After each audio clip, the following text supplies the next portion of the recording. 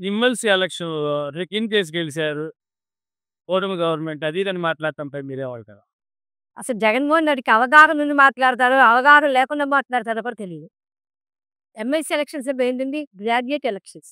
అది ఎన్రోల్ చేయించుకోవాలి. Vote enrol చేయించుకోవాలి. ఎన్రోల్ చేయించుకున్న ఓటు అక్కడ ఉంటేనే వాళ్ళెళ్లి చేయగలరు. ఇలానే జనరల్ ఎలక్షన్స్ లాగా రిగ్గింగు అది చేసేంత ఇది కాదు. ఏదో మెయింటైన్ చేయడానికి కూడా లేదుక.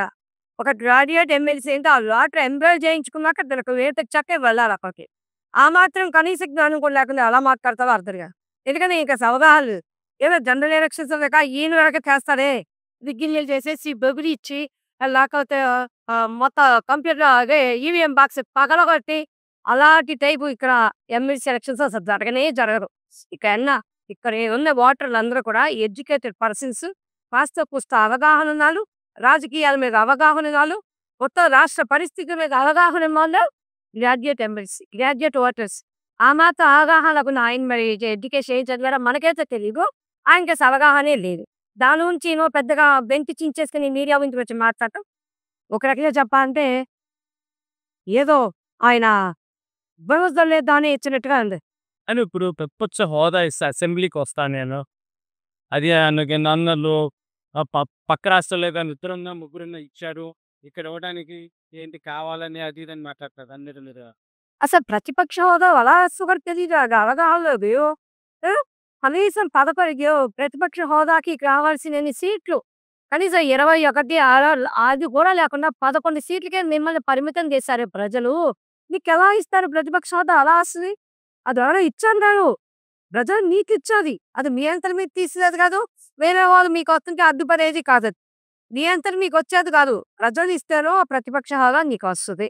లేదంటే మీరు చెప్పేత్తన్నారు. గత ప్రభుత్వంలో తెలుగుదేశం నుంచి మేము ఇంకో 10 మందిని లాగేవాళ్ళమేను. వద్దన్నాను. అంతే జగన్మోహన్ రెడ్డి గారు మీరంత విశాల హృదయమా?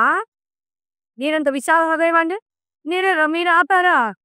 ఎవరంత అంత తలక మాసినోళ్ళు ఎవరు నేనే నీ ప్రభుత్వంలోకొచ్చారు. వచ్చేవాళ్ళు ఎప్పుడో వచ్చేసారు అప్పుడే. వాళ్ళందరూ ఎందుకు పనికి రాకుండా ఈరోజు ఇళ్ళలో గోళ్ళు గిల్లుతున్నారు ఆళ్ళందరూ. వచ్చేవాళ్ళు వచ్చారు. వాళ్ళందరూ గోళ్ళు గిల్లుకున్నారు ఈరోజు. అంతేగాని ఎవరో మీ అమ్మల పడిపోయి నీకేదో వచ్చేసి నువ్వేదో ప్రతిపక్ష హోదా రాకుండా చేద్దామని అనుకుంటావన్నది ఉత్తి హాస్యాస్పదం. ఆ మాటలు నమ్మడానికి ప్రజలెవ్వరూ సిద్ధంగా లేదు. అంతేకాదు మనం ఇప్పుడు చూస్తున్నాం. గత ఎలక్షన్స్‌లో కన్నా ఇప్పుడు పర్సెంటేజ్ పెరిగింది. అంటే కూటమి ప్రభుత్వం మీద ప్రజలకి ఎంత నమ్మకం వచ్చిందో చూడండి మనం.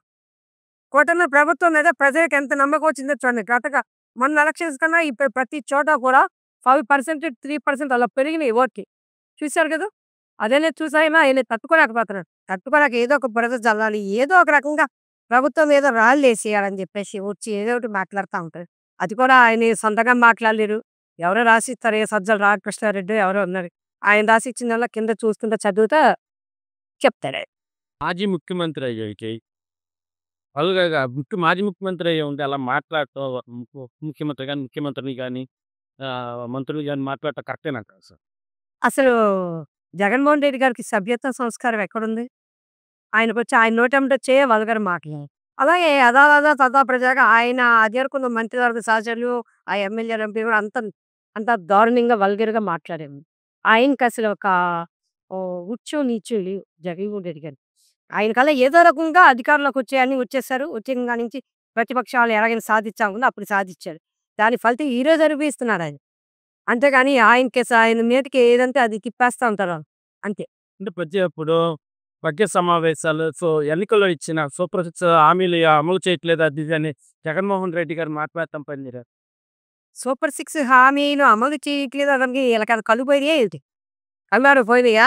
అధికారంలోకొచ్చిందని పెన్షన్ 4000 అన్నారు. అప్పుడు 2000 ఇచ్చేసారు. వెంటనే 4000 ఇస్తున్నారు. అసలు ఫస్ట్ తారీఖు పొద్దున్నే ఇచ్చేస్తున్నారు. అలాగే 100 గ్యాస్ సిలిండర్‌లన్నారు. దీపావళికి 100 గ్యాస్ సిలిండర్‌లొచ్చేసి అన్నా క్యాంటీన్ ఓపెనింగ్ లాస్ట్‌లో ఉన్నారు. అన్నా క్యాంటీన్ ఓపెన్ చేసేసారు. రేపు ఏడాదికి ఫ్రీ బస్ అంటున్నారు. అదొచ్చేస్తది. రేపు మే నెలలో తల్లికి వందనం అంటున్నారు. అది ఇచ్చేస్తాయి. ఆ తర్వాత అన్నదాత సుఖీభావ కూడా ఇచ్చేస్తున్నారు. అలాగే లోకేష్ బాబు యువగళం పాదయాత్ర 20,00,000 ఉద్యోగాలొస్తాయట. దానికి కావాల్సిన ఏర్పాట్లు డీఎస్సీ కూడా రిలీజ్ చేసేస్తున్నారు. ఇన్ని జరుగుతా ఉంటే, ఇక మీరేదో ఇక రాళ్ళేయాలి, ముందెయ్యాలని చూస్తే ఎలాగ ఎలా ఈ జగన్మోహన్ రెడ్డి గారికి? ఇంకా ఆ మాత్రం తెలిసిపోలేరా? అంటే ఏం లేదు ఈళ్ళు చెప్పుకోలేకపోతున్నారు. వీళ్ళన్నీ ఇచ్చేస్తున్నారే పథకాలన్నీ ప్రజలకు అమలు చేసేస్తున్నారే, ప్రజలు కొంచెం హ్యాపీగా ఉన్నారే అది తట్టుకోలేకపోతున్నారు ఈయన. తట్టుకోలేక ప్రజల్ని ఏదో ఒక రకంగా వాళ్ళని రెచ్చగొట్టాలనో చూస్తున్నాడు. ఆళ్ళ ఆటలే సాగవుతాయి. అంటే సంపద సృష్టిస్తాను అని చంద్రబాబు నాయుడు గారు చెప్పారు. ఈరోజు రాష్ట్రాన్ని అప్పుల చేస్తున్నారని జగన్మోహన్ రెడ్డి గారు నిజంగానే సంపద సృష్టిస్తున్నారండి. ఈయనున్నప్పుడు ఈయన కంపెనీలు ఇచ్చినాయా? ఈ విదేశీ కంపెనీ ఎవరన్నా వచ్చావా? ఈయన హెచ్‌ఓడి ఏం పెట్టించాడు నీ అందరికను? చేపల కొట్టు, రొయ్యల కొట్టు, ఆ! మటన్ షాపులు, చికెన్ షాపులు, బార్బర్ షాపులు ఏవో ఎక్కిచ్చారాయన. ఆయన ప్రజలకిచ్చిందేంటంటే అదిగో అవి. ఇచ్చి సంపద నేను సృష్టించేస్తున్నాను. వీళ్ళందరూ కూడా ఎవరికి ఆళ్ళు మీరు చికెన్ అమ్ముకుని సంపాదిచ్చిస్తేనే మటన్ అమ్మి సంపాదించుకోవాలని ఇష్టం వచ్చినట్టు చెప్పేశారు.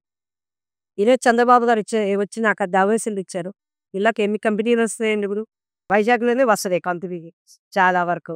అదే మరి ఇవన్నీ రేపొద్దున ఎంతమంది పిల్లలకి ఉద్యోగ అవకాశాలు వస్తాయి? ఎంతమందికి ఉపాధి లభిస్తుంది? ఇదంతా దానివల్ల ట్యాక్స్ ఎంత పడతది? ఎంతమంది ట్యాక్స్ పోయిరాళ్ళు ఉంటారు? ఇదంతా సంపద గదా! ప్రభుత్వ ఖజానాకి సంపదే గదా అది. ఆ మాత్రం తెలీదా ఈ ముఖ్యమంత్రికి? ఆయన అలాగే మాట్లాడుతా ఉంటాడండి. ప్రజలు అలాగే ఆయన చూసి నవ్వుకుంటా ఉంటారు.